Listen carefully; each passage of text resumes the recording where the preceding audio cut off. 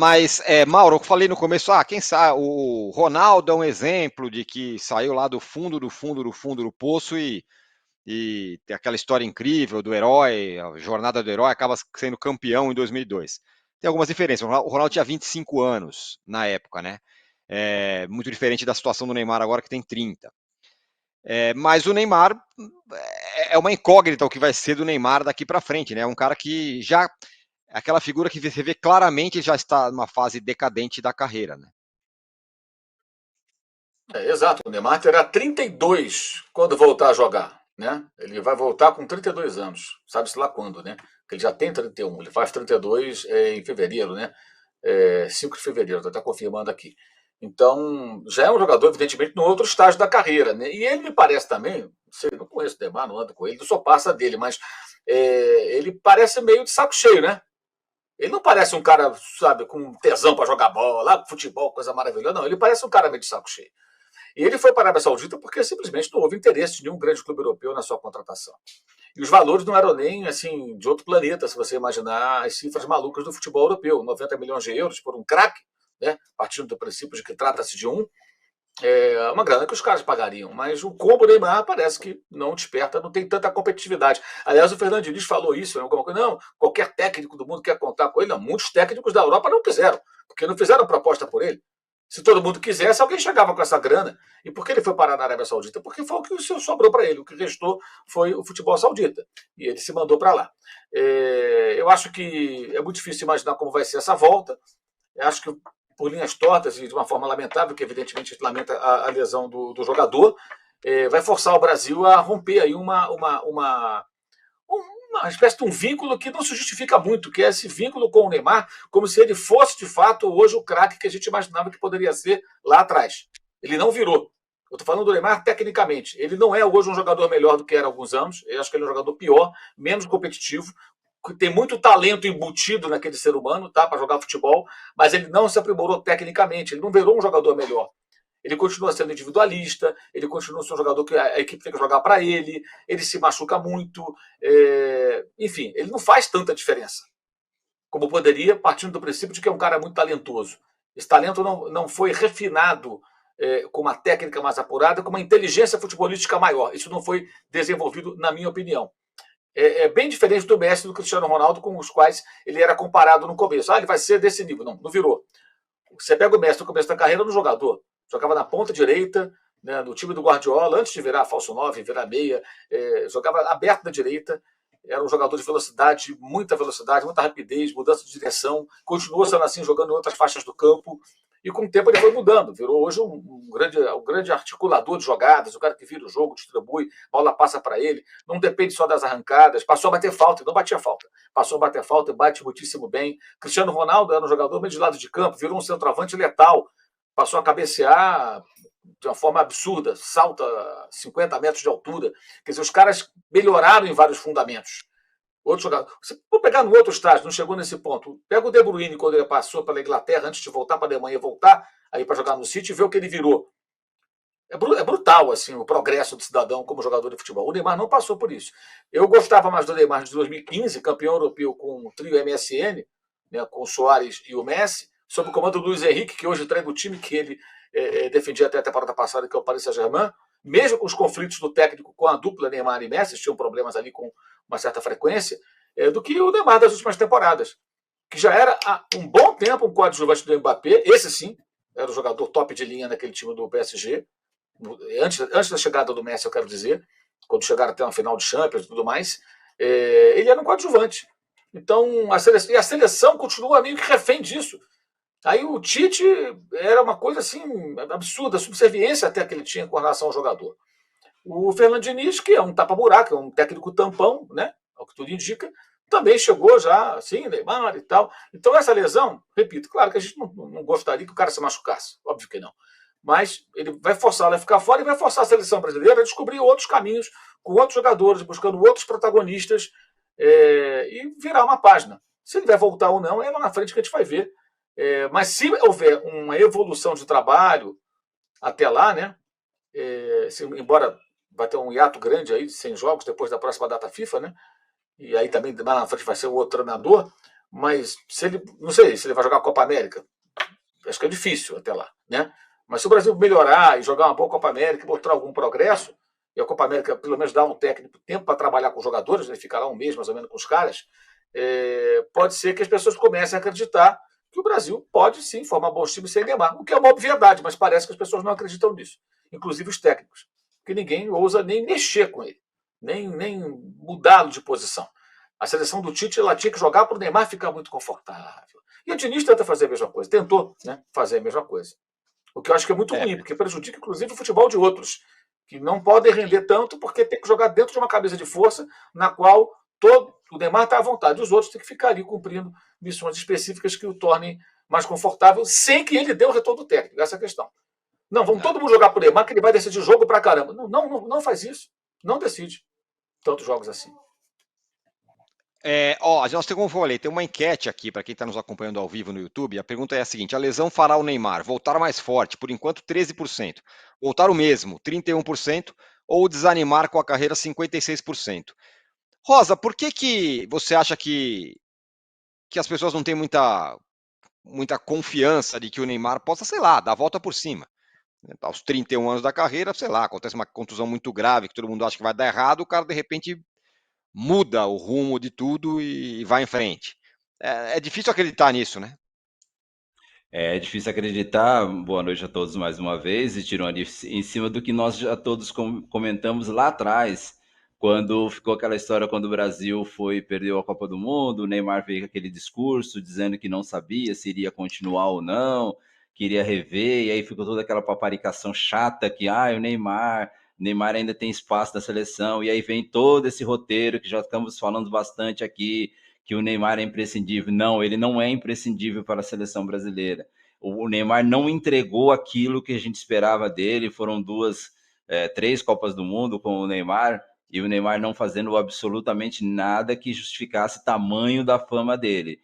E aí eu pego no combo SA da Mili, né, Tirone, falando o seguinte: a pergunta que eu fiz também, e nós debatemos aqui em vários programas: o que o Neymar quer da vida? É claro que ele pode, nesse novo ciclo, ser um dos protagonistas e não o protagonista. Mas de resto, saber o que ele quer da vida. Além do combo SA, Milho, eu acho que o Neymar tem um combo celebridade, né?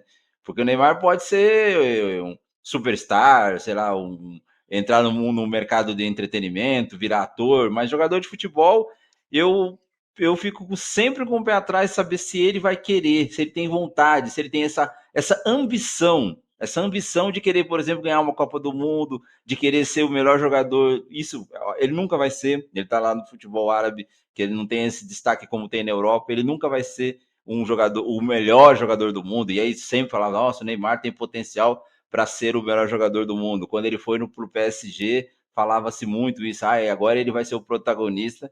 E ele não entregou. Ele não entregou porque assim o mundo fora dos gramados do Neymar é muito maior do que o mundo do Neymar fora, dentro dos gramados. Então, por isso ele não tem essa ambição. Eu não vejo, desde que o Neymar, e olha que eu acompanhei como torcedor do Barcelona, eu acompanhei toda a carreira dele no Barcelona, que foi o auge da carreira dele, aí o Mauro já citou, 2015. E ele também, ele era ali, o Messi era mais do que ele, o Soares ali às vezes também maior que ele. Sim, ali ele poderia ser ocupar o espaço do Messi, mas ele preferiu fazer aquela coisa do SA, né? Como a Miri falou.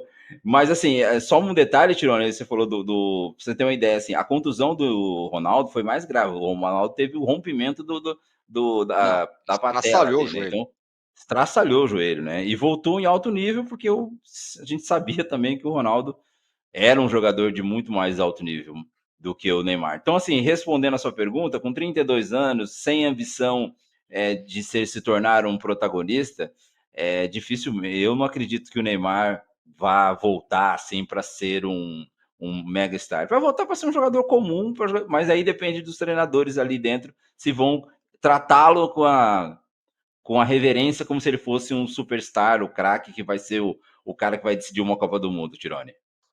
O Rosa falou, não, ele nem chegou perto, ou sei lá, não tentou ser o melhor do mundo. Querer, ele queria.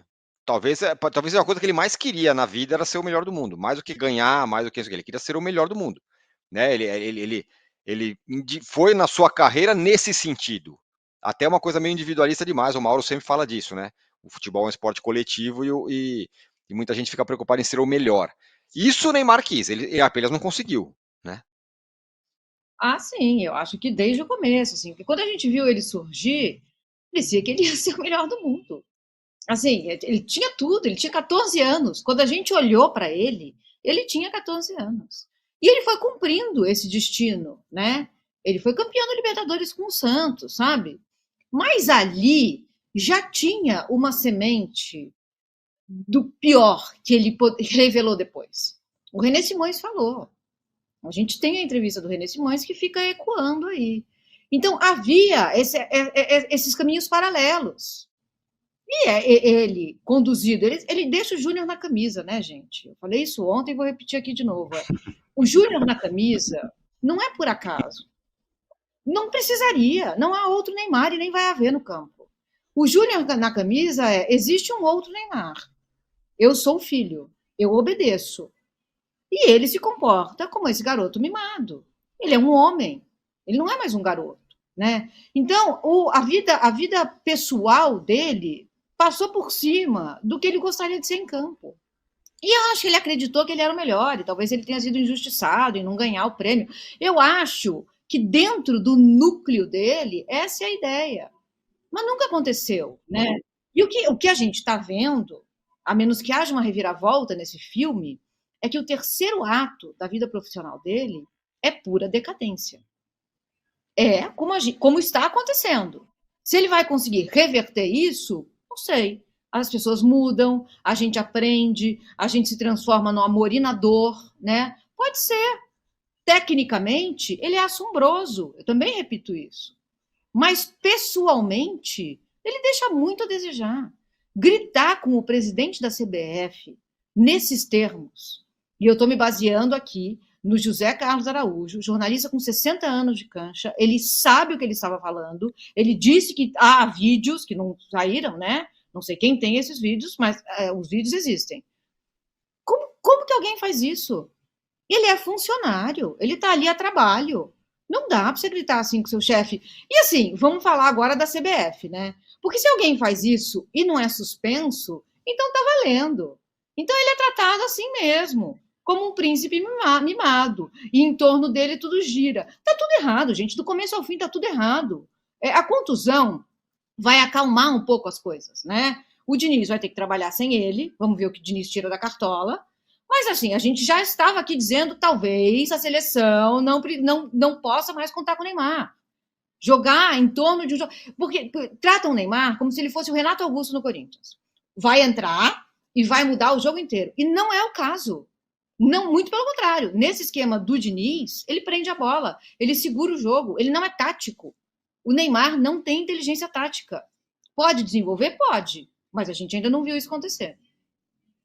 Esse é o ponto, Igor, entrando agora na seleção brasileira. Jogou muito mal ontem, o Diniz apostou de novo no Neymar, o Neymar não jogou bem, ainda se machucou no lance característico, ele tenta arrancar com a bola, aí tem um encontrão lá, ele se machuca, e agora a seleção, não vou dizer está livre do Neymar, mas ela vai ter que achar algum outro caminho sem o Neymar, daqui a pouco sem o Diniz também, mas o Diniz vai ter que se virar nesses próximos 4 jogos que ele tem, sem o Neymar.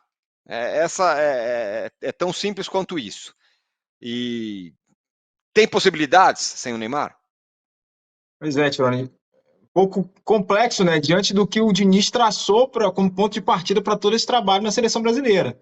E agora ele vai ter que resetar ali toda a arrumação dele em relação ao meio-campo, principalmente, e essa conexão com o ataque aí, que são pontos tão centrais nos times dele, enfim, é só a gente olhar um pouquinho como é que funciona o Fluminense e esse entendimento, esse papel que cumpre o setor de meio campo na equipe do Fluminense. Mas agora só um parênteses em relação ao que a Miriam estava comentando do comportamento do Neymar.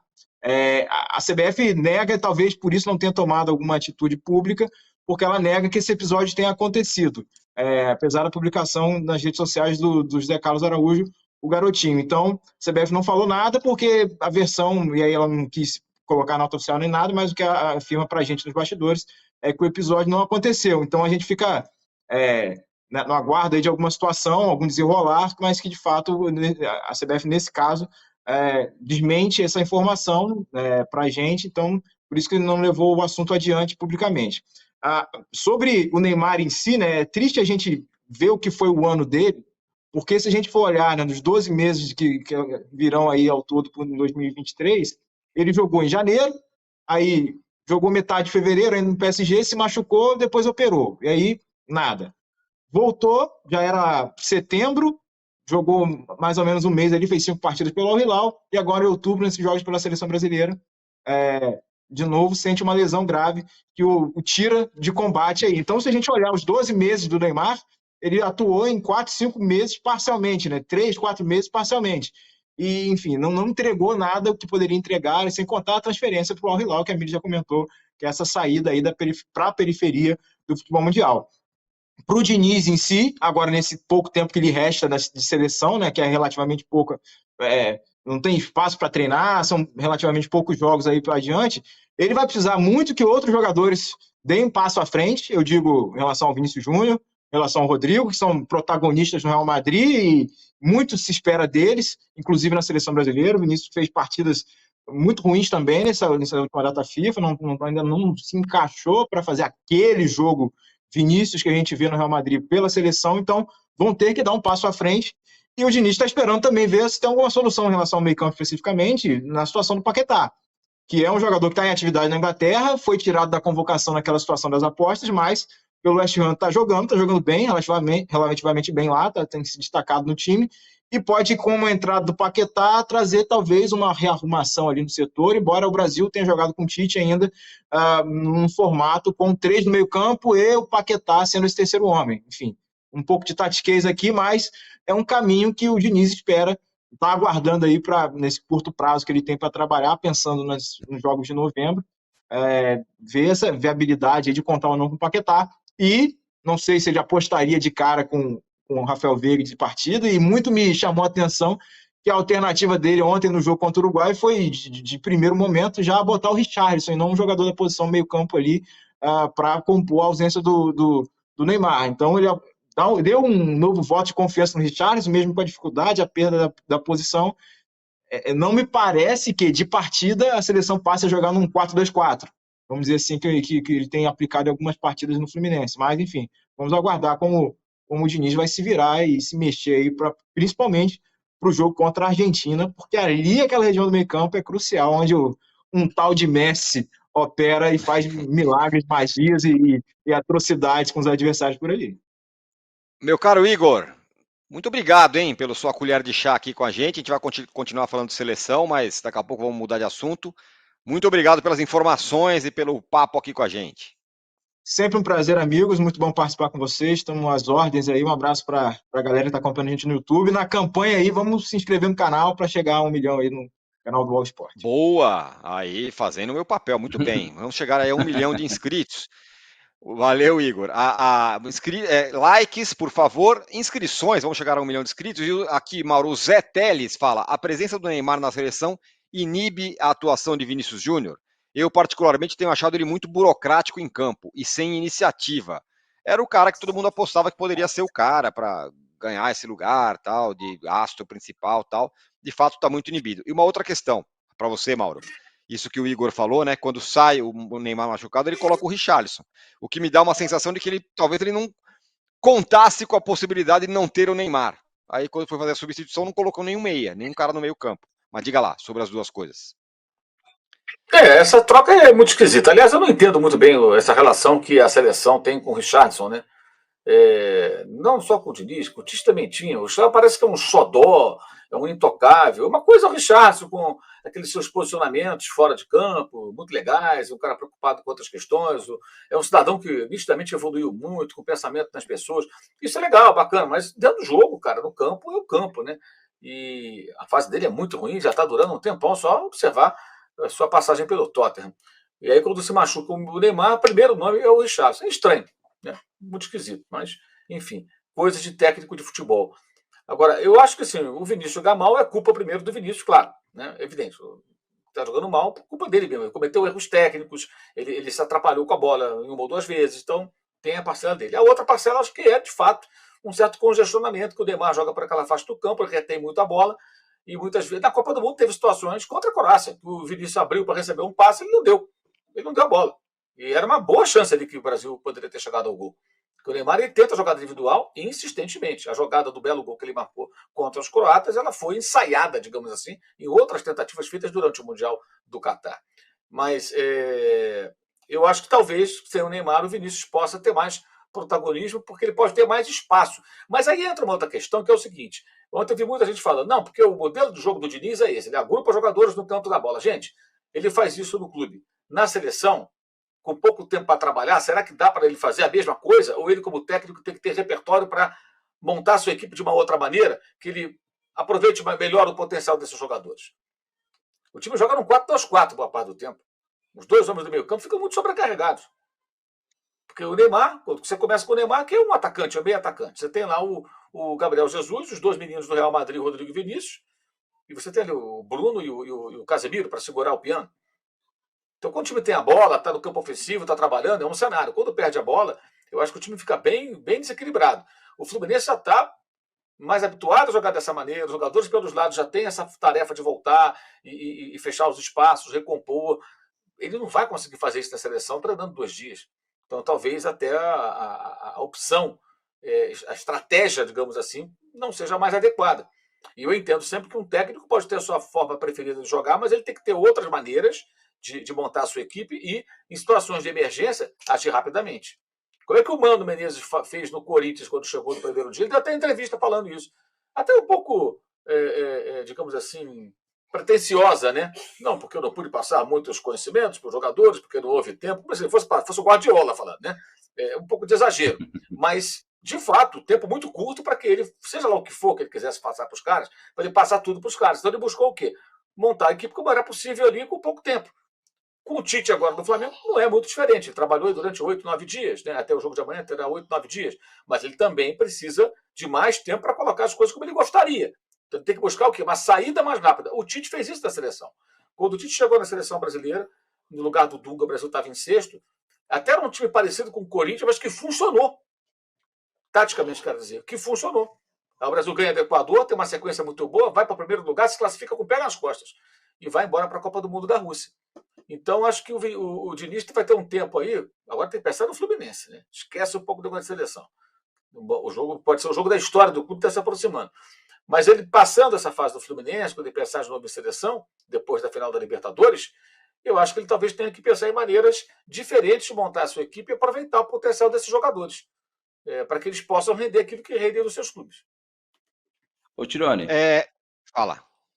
Posso dar um complemento a isso que o Mauro falou? Claro. Então, é interessante isso, que eu conheço pessoas próximas do Diniz, e o Diniz não é que ele seja cabeça dura, mas ele é um treinador que ele tem as convicções dele, e ele não gosta de mudar as convicções, e ele vai assim até o fim, e dizem que foi o grande problema que ele teve no São Paulo. E aí eu fico essa incógnita, o Mauro, se ele vai mudar essas convicções, porque eu concordo plenamente com o que você disse. Teve uma hora no jogo ontem que o Casemiro estava à frente do Neymar, e foram 2 lances ali que eu achei uma aberração, a forma como a construção daquela jogada. O Neymar estava quase entre os zagueiros buscando a bola e deu um passe pro Casemiro. E sobre esse aspecto, eu tenho lá as minhas dúvidas se ele vai mudar os conceitos dele para um jogo potencializando as características dos jogadores. Porque, eu repito, ele trabalha dessa forma, ele tem esse jeito de fazer o trabalho dele, e ele não muda as convicções dele. Então, assim, é um senão que eu dou para essa situação, ao meu ver. Não sei se ele vai fazer dessa forma, vai mudar um pouco o estilo do Brasil jogar para potencializar os jogadores e não para adotar o esquema tático que ele gosta. Então, ontem, um pouco sobre jogar como ele quer, como ele não quer, ele falou: o meu trabalho é assim, não é um trabalho linear. Ele vai, volta até engrenar e tudo mais. Então ele precisa de tempo, o Diniz falou. Mas vem cá, isso é inegociável com a situação dele na seleção, Miri. Ele não vai ter tempo. A não ser que o Ancelotti não venha, isso pode acontecer, ele não vai ter tempo. Ele tem aí mais 4 jogos. 2 das eliminatórias e 2 amistosos. Sendo que esses 2 eliminatórios agora são osso. É Colômbia e Argentina. Ele não vai ter tempo. Ele pode até continuar com as suas convicções e tal. Mas agora tempo para começar e pensar, não vai ter. Não vai ter. E isso está dado desde da contratação, né? Não é que é uma novidade que ele não vai ter tempo, né? Isso estava dado. Assim, talvez eu seja uma das poucas pessoas que ainda não acredita nesse negócio do Ancelotti, tá? Eu não tô pondo fé nisso, eu não sei nem porquê, gente. O Ancelotti não fala sobre isso, não tem nada assinado, não sei, enfim. Mas o fato é o seguinte, volta esse filme. A CBF queria um treinador. Antes disso, devia ter pensado em como o Brasil deve existir em campo. Como o Brasil vai jogar? Quem é o Brasil? Qual a nossa identidade futebolística? A partir disso, decidir o treinador. Não foi feito. Decidiram que era o Ancelotti, porque é um grande treinador, é vitorioso, queremos ele, é ele o salvador. Ok, foram atrás dele. O Ancelotti joga de um jeito, tá certo?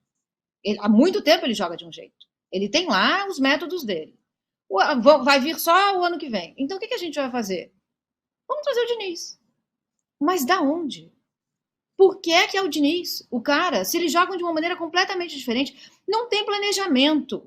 Não há. É um negócio para ganhar dinheiro.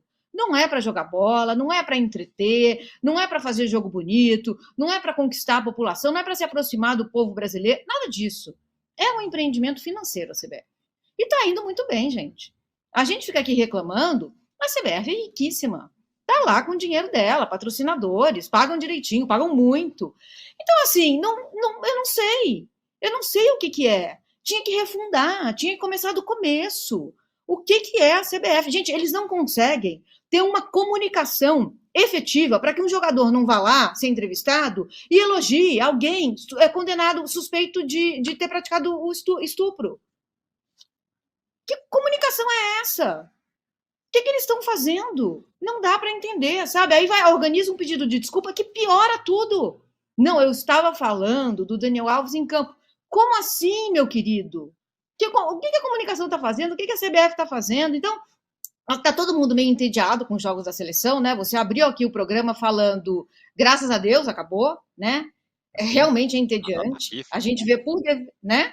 A gente vê por dever de ofício. Ontem, inclusive, o jogo do Palmeiras com o Atlético Nacional foi muito melhor do que o jogo da seleção feminino. Então, assim, a CBF deveria estar preocupada em nos conquistar de novo, conquistar corações e mentes do povo brasileiro. Não tá, gente. E tá ganhando dinheiro, então não tem nada de errado. Às vezes eu me sinto até meio tonta de ficar falando, sabe? Porque parece que tem alguma coisa de errado. Mas para esse mundo do dinheiro e do poder, a CBF é sucesso absoluto. É verdade, você tem toda a razão. Acontece, para fechar o assunto seleção, Mauro, daqui a pouco vai bater num ponto sensível sobre dinheiro e tudo mais, mas sobre o futebol em si. O Brasil vai enfrentar a Argentina. E aí são duas coisas paralelas. O quanto o Messi na seleção se transformou numa figura espetacular e parece que ele está cada vez melhor jogando pela seleção. Ontem jogou pra caramba de novo, além da Copa do Mundo. Enquanto que o Neymar definha na seleção brasileira. E as duas seleções parece que também caminham em direções muito diferentes, né? Hoje, o time da Argentina é de um outro nível que o time da seleção brasileira. Não dá nem para comparar, o trabalho é muito longo, é verdade e tal. Mas quando você olha jogadores, Neymar à parte, não estamos falando de uma diferença absurda entre gerações, ou estamos? Agora está mutado, Mauro. Perdão, da Copa para cá, acho que a gente tem um crescimento também do time argentino e alguns valores, né? O meio-campo hoje tem o Enzo Fernandes, que há pouco tempo, há uns 2 anos, era do River emprestado ao Defensa e Justiça, né? Jogou contra o Palmeiras até naquela Recopa. E esse rapaz volta para o Boca, vira titular, é vendido ao Benfica e é vendido como o jogador mais caro do mundo, depois já foi superada essa marca para o Chelsea. E fez uma ótima Copa. Aí tem o McAllister, que agora já se transferiu também para o Liverpool, também que se valorizou, jogador do Argentino Júnior, passou por outros clubes, até pelo Boca e tudo no outro estágio, também cresceu na Copa do Mundo. E o Depou, né, que é revelado pelo Racing, que já vinha há algum tempo já como um jogador importante, que melhorou muito, amadureceu muito. Um jogador que controla ali o setor, muito forte fisicamente. Então o Messi está muito bem assessorado. Né? Ele está cercado de caras que cresceram com ele. Cresceram nos clubes e cresceram na seleção. Né? Então você tem o Lautaro, que agora vai ter o maior salário da Itália, tudo indica, na renovação de contrato, também na Copa do Mundo falhou em alguns momentos, mas é um grande atacante. Você tem o Julián Álvares lá no Manchester City. Essa geração é de jogadores que estão crescendo em importância, individualmente falando, quero dizer, nas suas carreiras, nos seus clubes e, consequentemente, na seleção, com o Messi, que é um cara que ele é o sol ali daquele time, né? Ele distribui luz para todo mundo, talento, lucidez, generosidade para caramba dentro de campo, joga para o time. Então, o time se forma muito em função dele. E o grande mérito do Scaloni foi conseguir fechar com o Messi. E isso acontece na Copa América. O golpe de misericórdia, digamos assim, para os adversários, foi a Argentina renascer ganhando a Copa América, aquela da pandemia no Maracanã, vencendo o Brasil na final. Ali eles quebraram uma série de muitos anos sem título, e houve ali uma coesão maior, né, dos jogadores, comandados pelo Messi, e o treinador, que também evoluiu muito, né, como esses jogadores. Né, na Copa do Mundo que ele fez foi sensacional. A coragem que esse rapaz teve para mudar 5 jogadores depois, 5 ou 6, né, depois do jogo contra a Arábia Saudita, quando perderam de forma surpreendente, e mudar a forma de jogar, mudar a escalação, mudar a estratégia de jogo. É o que eu falei agora, que eu acho que o Diniz tem que pensar. Isso que o Luiz falou é muito importante, essa coisa da convicção, né? Os técnicos brasileiros, quando falam assim convicção, parece que eles têm convicção e que essa convicção é verdade absoluta. Não, ele pode estar errado. Ou o que pode estar bom para o clube pode não servir para a seleção. De onde sai essa convicção? Que seres superiores são esses que, quando tem uma convicção, eles não mudam, não, eles não abrem mão disso. Isso pode ser teimosia ou falta de repertório. Só sei jogar de um jeito. Eu acho que na seleção você tem que saber jogar de formas diferentes. Especialmente porque você não pede contratação para o dirigente, né? Você convoca o jogador, você escolhe. É como se você fosse no supermercado sem limite do que você pode gastar. Você vai escolhendo as coisas e vai comprando. Bota no carrinho e vai levando. Se você tem dinheiro, você não se preocupa com o preço. Seleção é assim. Difícil escolher no supermercado da Bolívia, que aí você não vai ter muitos jogadores bons. Mas no Brasil sempre tem jogador bom. Mesmo quando a geração não é brilhante, não dá para comparar, né, gente, o nível de jogador brasileiro com o da maioria dos países. Então dá para montar time. Ah, dá. Claro que dá. Só que o Brasil não vai ter um Messi para ser esse cara que vai ser esse sol. Porque o Neymar não é e agora está machucado. Então aí o técnico tem que trabalhar melhor ainda. Eu não vejo assim, nenhum jogador do Brasil hoje para ser o protagonista. Então tem que ser coletivo mesmo. E o Brasil ganhou a Copa América pela última vez sem o Neymar, em 2019. É verdade. O último título brasileiro.